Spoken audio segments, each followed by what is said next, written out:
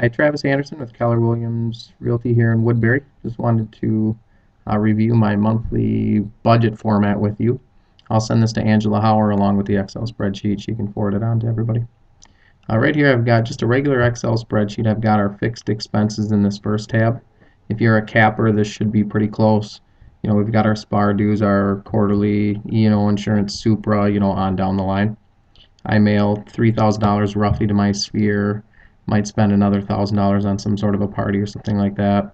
$5,000 for retirement, 30%. So just to operate my business here, I'm a barely capper, 37,300 bucks. That's kind of gives you a good idea of what it might take to be a capper. If you're, have people ask you kind of what our expenses are. If you actually break it out, that's kind of what it should look like. This next tab, I've got a cash flow sheet.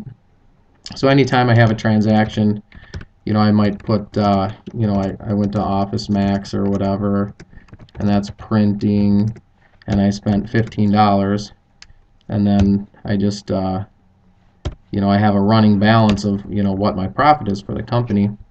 These first 5 items here, if I have a closing, I put the GCI in there, and I'm going to change that to 5,000. What I've done is I've pre-populated the 30%, the 6%, and then I pay myself 60% of the remaining, and then I also put 10% into retirement. So I earn, $19,000 if I get a $5,000 commission, and my company earns what's left, $768. And then of course, if I were to spend money on printing or whatever, there's the kind of the running balance here. That's kind of how that would work. This should actually be a negative number. So I'm just going to change that. I put minus, but it should be a plus right there. And I've got down here goals. It's just a goal sheet. It's pre-populated. So let's say you wanted to earn, $50,000.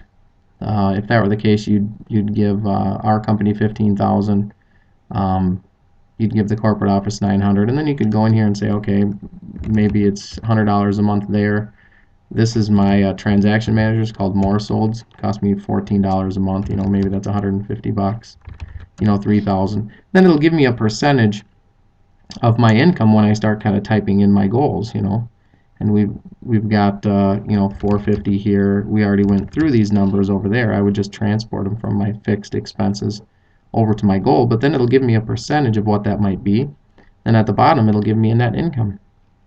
Works out pretty well. If I were to do 80,000, that would get me to a capper status, and if I were to do 100,000 or more, you can see that these don't change. I did what's called an if-then formula, and you can see up here that's what that formula is. Then I will go over here to the actual monthly budget. So that would be the goal for the year. Monthly budget. I've got January 2012 here, and you can just copy this over, February, March, April, May, whatever it might be. So what we have in this whole section here, this is going to be your goals section. So let's say for January I want to earn, $10,000 gross commission. That's what that would be. I would type in how much I'm going to spend on everything. That way, at the end of the month, maybe I spend my quarterly expenses right away, whatever it might be. I think our E&O insurance was paid in January. Anyways, at the end of the month, I can estimate what my actual payroll is going to be to myself, what my retirement will be, net income to the company, so on and so forth. Then when I actually have a closing, I would put that in here. So I might have $5,000 closing. Again, it'll pre-populate. When I start paying my expenses, I write them over here. Maybe it looks something like that. So what'll happen is it'll give me my year to date here, and then it'll give me my actual right here. And then at the bottom, it'll do the exact same thing. So this is what I use on a monthly basis to check to see how my business is operating.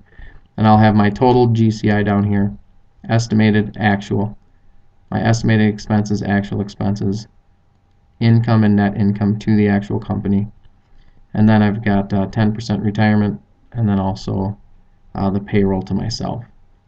So that is how I use my budgeting form It's pretty basic, pretty straightforward. The key is to use it. If you have any questions about Excel spreadsheets or anything like that, go ahead and give me a call. And again, I'll have Angela Hauer pass this on.